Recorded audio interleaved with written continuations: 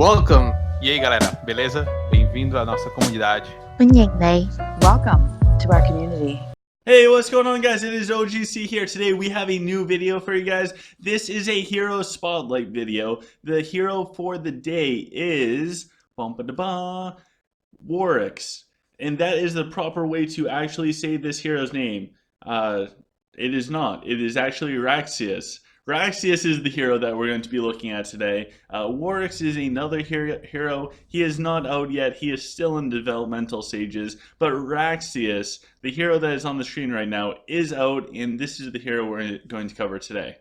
Today's sponsor is nobody, actually. Nobody. Not Lilith. Not some website company or anything like that. The people that sponsored this video is the viewers at home like you.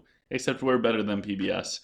So thank you to the Patreons, especially all of the new ones, along with the OGs that we have. So feel free to go down in the description. If you want to be a personal sponsor for this video, check out the information in the description of this video. However, we do have a partnership for today. Today's partnership is Academy of Conquest. I will put their link in the description below in this video. Academy of Conquest is a wonderful website where you can go to pull up a ton of useful information. Are you curious on what heroes convert to, or what troops convert to what type of troops? Are you curious as to what resources certain troops take?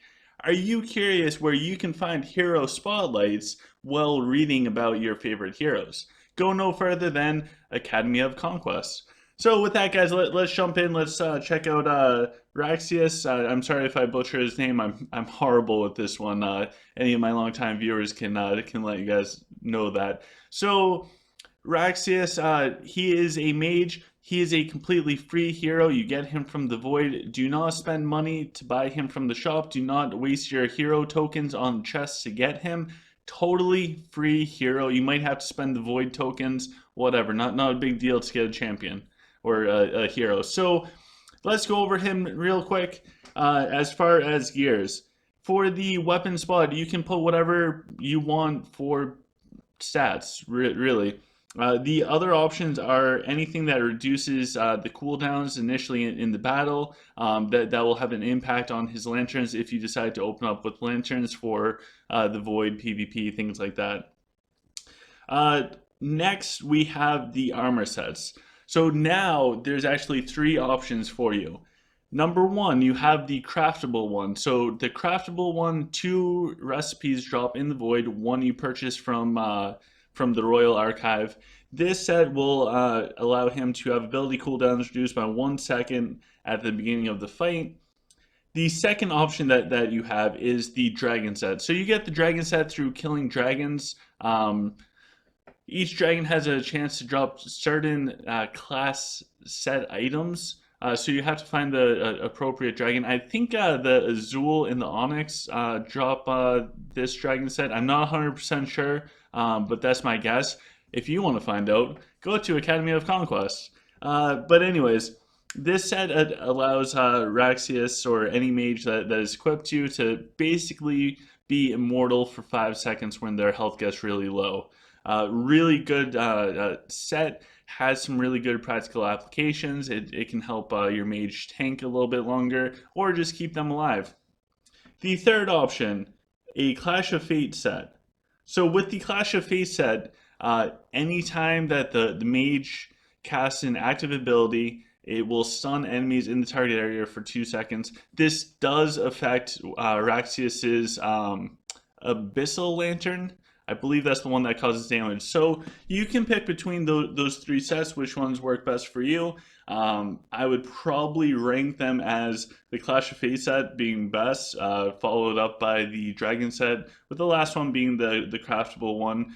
If you are going for stats and nothing but stats, then the craftable one's probably going to give you more stats just because you can get them flawless easier.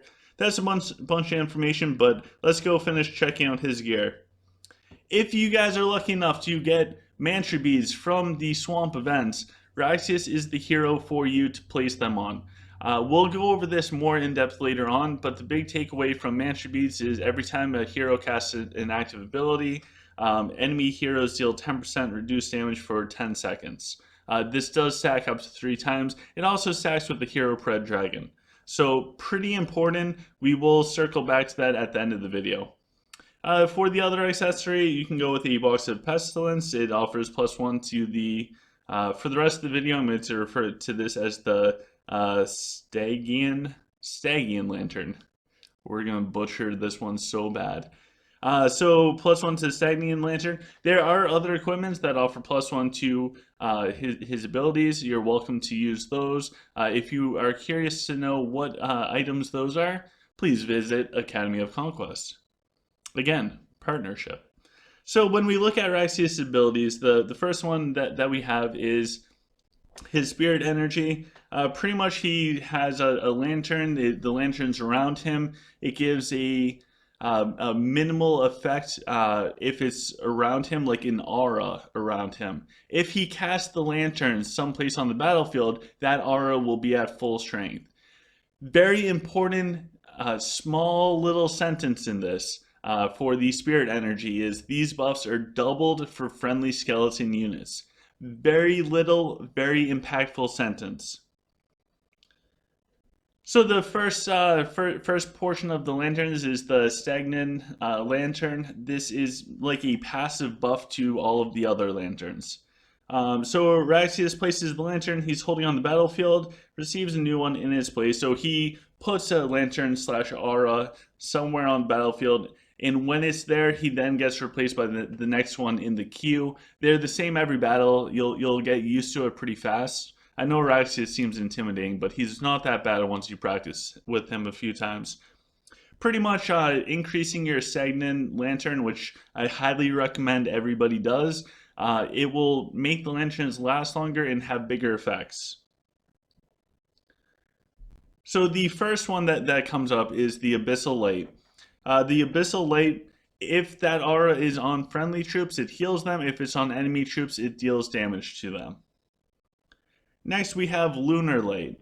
When Lunar Light is on... Oh, wait, did I skip one? Nope, I did not. When Lunar Light is on allies, it increases their attack speed. When it is on enemies, it decreases their attack speed. It also affects movement speed. Then we have Curse Light. Curse Light increases the attack of friendly units when the aura is on them and decreases the attack of enemy units when it's on the enemy units. It's important to notice, if you put these lanterns on melees, then it can affect both your troops and the enemy troops at the same time. Next, we have Refract. So Refract is a massive skill for Lich, specifically for Lich. If you are not Lich, forget about this skill, 0 points.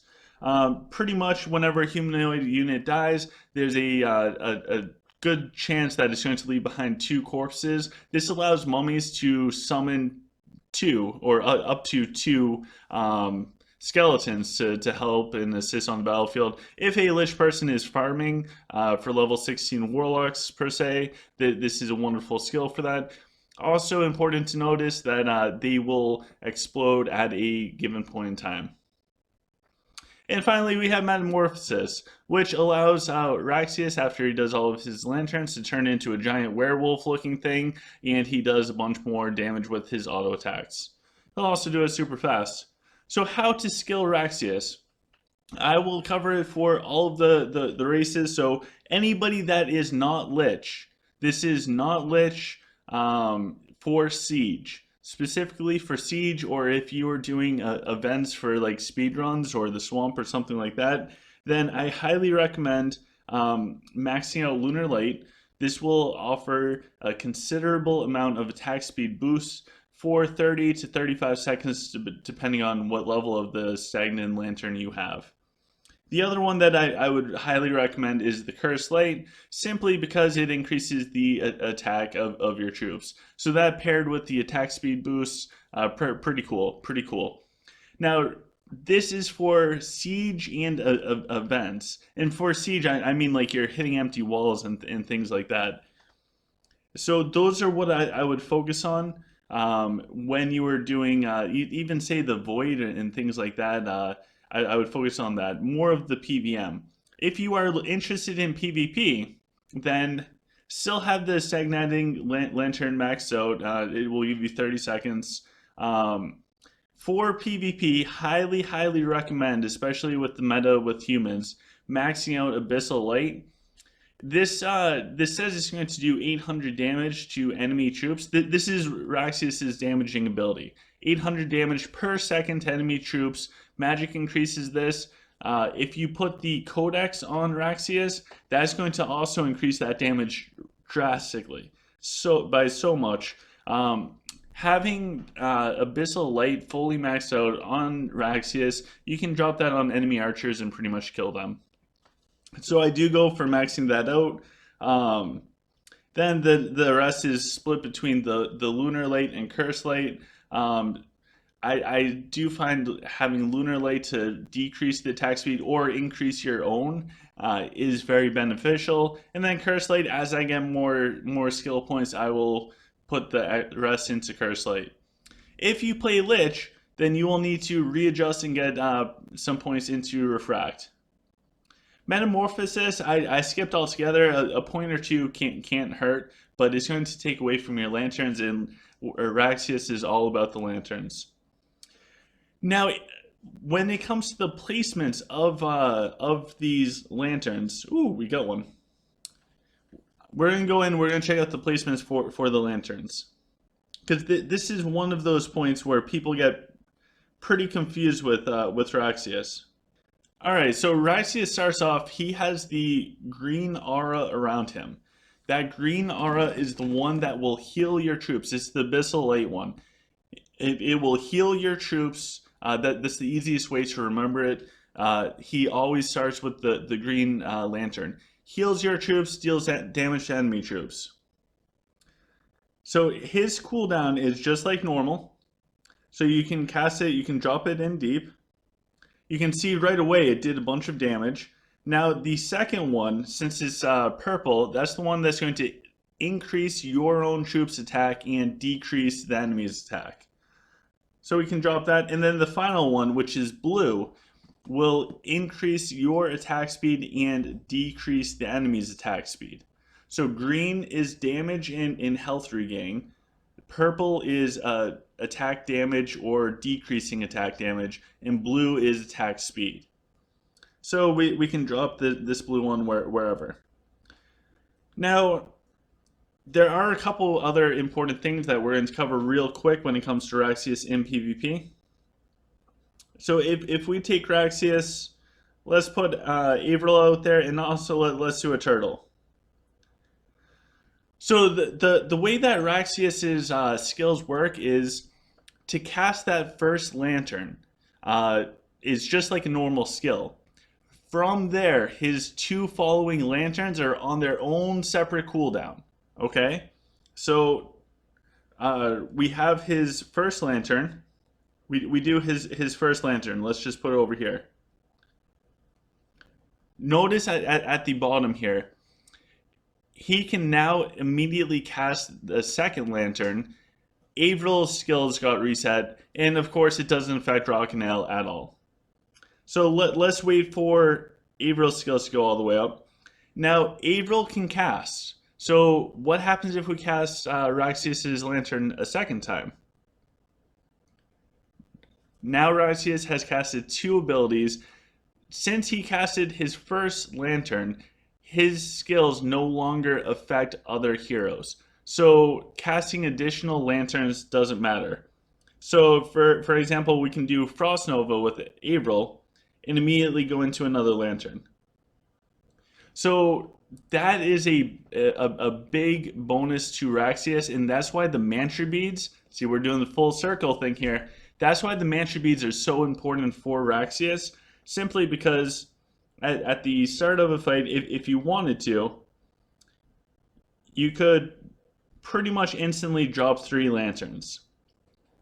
And right at the start of the fight, a few seconds in, you can actually get it so that Wraxius decreases the enemy hero attack by 30% for 10 seconds. That's a significant amount right at the start of the fight when all of the burst is going on. Now, there is one other important thing with Wraxius. This is going to be the difference between normal or what do I mean by normal? This is going to be the difference between playing as any race other than Lich versus playing as Lich. So remember, Wraxius' first lantern, the green one, that green aura around him, that's the one that heals your own troops and deals damage to enemy troops. If you were fighting any enemy that has weak range, such as human archers, sylph archers, snipers, blasters, anything that's super weak, warlocks, low HP enemy, high DPS things, archers, you want to use the Abyssal Light on them. So you can cast that in deep on them. Now this is where things get different. For every race other than Lich, you have the option of using the next two lanterns, the one that decreases attack for enemies and increases attack for your own troops, the one that increases attack speed for your own troops and decreases attack speed for enemies. Those two lanterns, you have the options of using them on your own troops or the enemies. So you might want to put the damage dealing one on the enemies, then buff your own archers. You can do whatever you want with the following two lanterns. However, if you are Lich and you are using skeletons, you're going to want to use the following two lanterns on your troops pretty much 100% of the time. Because of Wraxius's first skill, his spirit one,